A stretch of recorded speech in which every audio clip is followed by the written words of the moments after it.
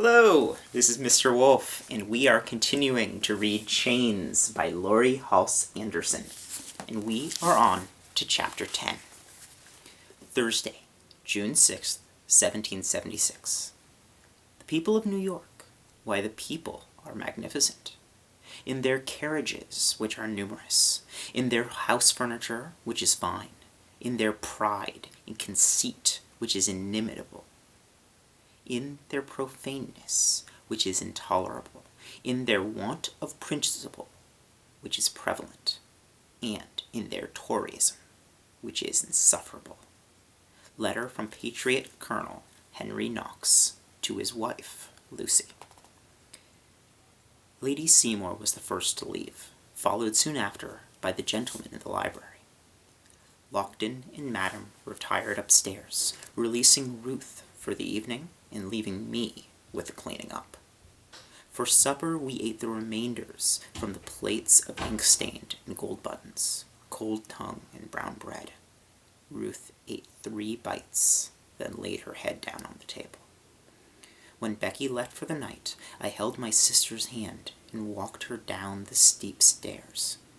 Our bed was a thin mattress stuffed with old corn husks in front of the potato bin.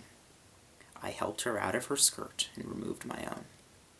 Just before I blew out the candle, I asked, "Why were you crying in the parlor today, before Becky and me came in? Did Madame hurt you?" Her eyes puddled with tears, and she shook her head from side to side. "No foolin'. Did you play or fuss? Was Madame angry with you? Did she hit you?" She sniffed and wiped her nose on the sleeves of her shift. "Shh," she said again. That wretched woman beat Ruth. I just knew it. She would beat Ruth into silence, total silence, if I let her. I kissed her tears, and we knelt to pray. When we finally laid down, my finger felt along the edge of my blanket, looking for the rip that Mama had sewed up with tiny feather stitches. She wouldn't let anyone hurt her children. "Where's my baby?" Ruth muttered, half asleep. She asked this every night. "That bad man stole your baby," I reminded her. "The skinny one who stole us, he took everything." "Everything?" I hugged her close. "Almost everything. But I'll get it back. Don't worry. Just go to sleep." "I can't sleep without my baby." There was a stubborn note in her voice. "I'll make you another doll, I promise. But not tonight. Want me to sing to you?" I didn't wait for an answer, but started in on an old island lullaby that Mama had loved.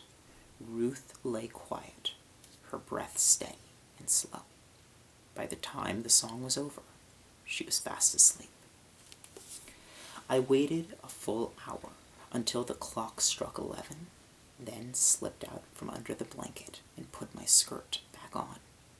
I did not stuff my feet into my shoes. I'd be faster and quieter without them. I climbed up the cellar stairs, freezing with every groan of the old wood. If Madame or Lockton come across me, I'll say I'm on my way to the privy. They couldn't be angry about that. A body must follow the call of nature, even in the dead of the night. The kitchen was so dark, I walked slowly, my hands feeling in front of me so I wouldn't bump into the table or knock over a pitcher on the sideboard. I paused at the back door. The sound of Lockton's snoring came from above like faraway thunder. "I'm on my way to the privy," I reminded myself. No harm in that. I carefully opened the door and stepped outside. The night air was crisp and smelled faintly of salt.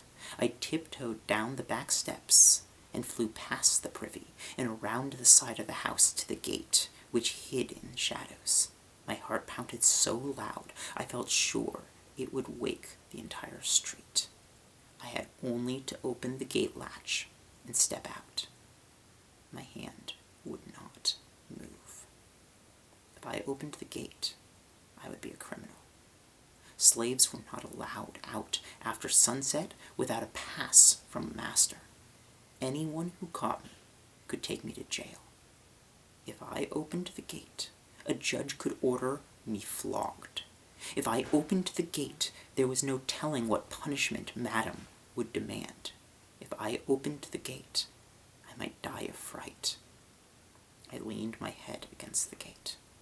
I could not open the gate, but I had to open the gate. This house was not a safe place. I had to get us out. But there was no way to get us out. No way to run away off an island. No way to run with a little girl. The secret of Madame's linen chest was the only key I held. Watch over me, Mama. I opened the latch, slipped out the gate, and I ran. I thought it would be easy. I would run straight to the shed behind Bellingham's house and tap on Curzon's window, tell him the news, and hurry home. It was nighttime, after all, and folks would be asleep. Not in New York. Not in a city occupied by the Continental Army. At the end of the block there were soldiers on watch in front of the city hall, a dozen or so men standing around a campfire with more dozing on the ground. One man was trying to read a letter by the firelight, another was roasting a small piece of meat at the end of a stick. Their guns were close to hand. I crept as close as I dared, but there was no way to sneak past them. I swallowed hard and turned around to head east, away from the firelight. The next corner was dark and lonesome. I turned south, then west again. Then I was forced north for 3 blocks by loud soldiers spilling out of taverns. The crowded buildings confuddled me. I tried to be brave, like Mama or Queen Esther in the Bible. But I just knew there were hobgoblins a-walkin' in the dark, looking to steal the breath from a girl's body. I hid when I heard voices and when a horseman galloped down the middle of the street. The horse's hooves sparked off the cobblestones and sounded like a hammer striking a forge. I chased up and down streets and alleys, sticking to the shadows and shying away from the flickering street lamps. I ran. Finally, the street emptied out onto a wharf.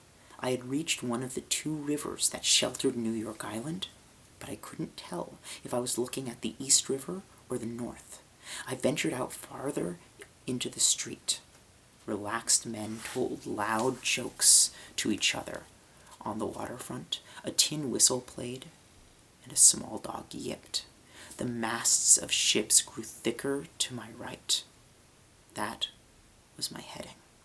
The shapes of the building and the outline of the wharf soon became familiar.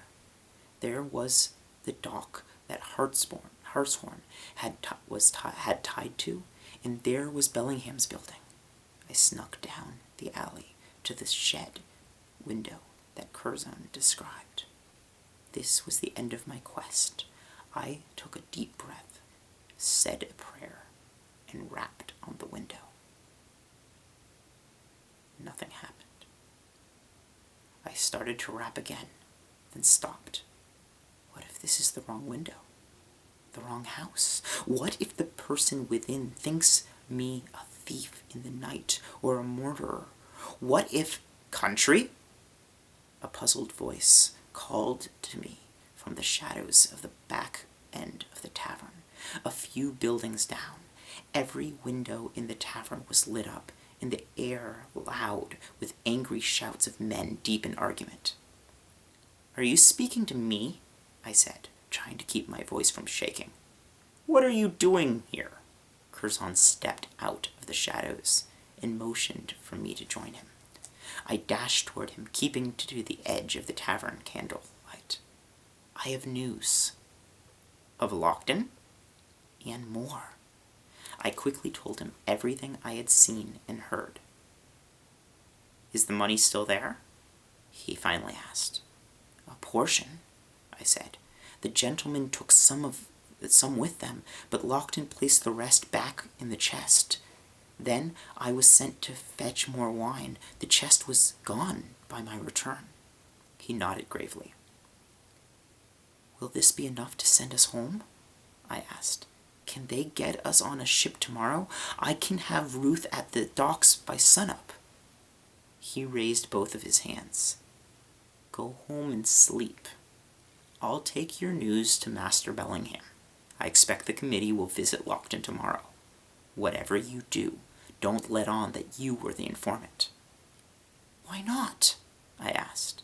How can I claim what's mine? The colonel will know who you are and how to find you. Until you hear from him, you're just the new Lockton girl. But not for long, I said, trying to sound braver than I felt. Not for long, he agreed. Go home now. I hesitated. I don't know how. I got lost coming here. He chuckled softly. Well, that's easy enough once you know the way. He gave me the directions. Thank you, I said, picking up my skirts. Thank you for everything. Go quick. When I was halfway up the alley, he called after me. Ho there, country. What? Well done. And that is the end of chapter 10. Thank you for following along, and I will see you again soon.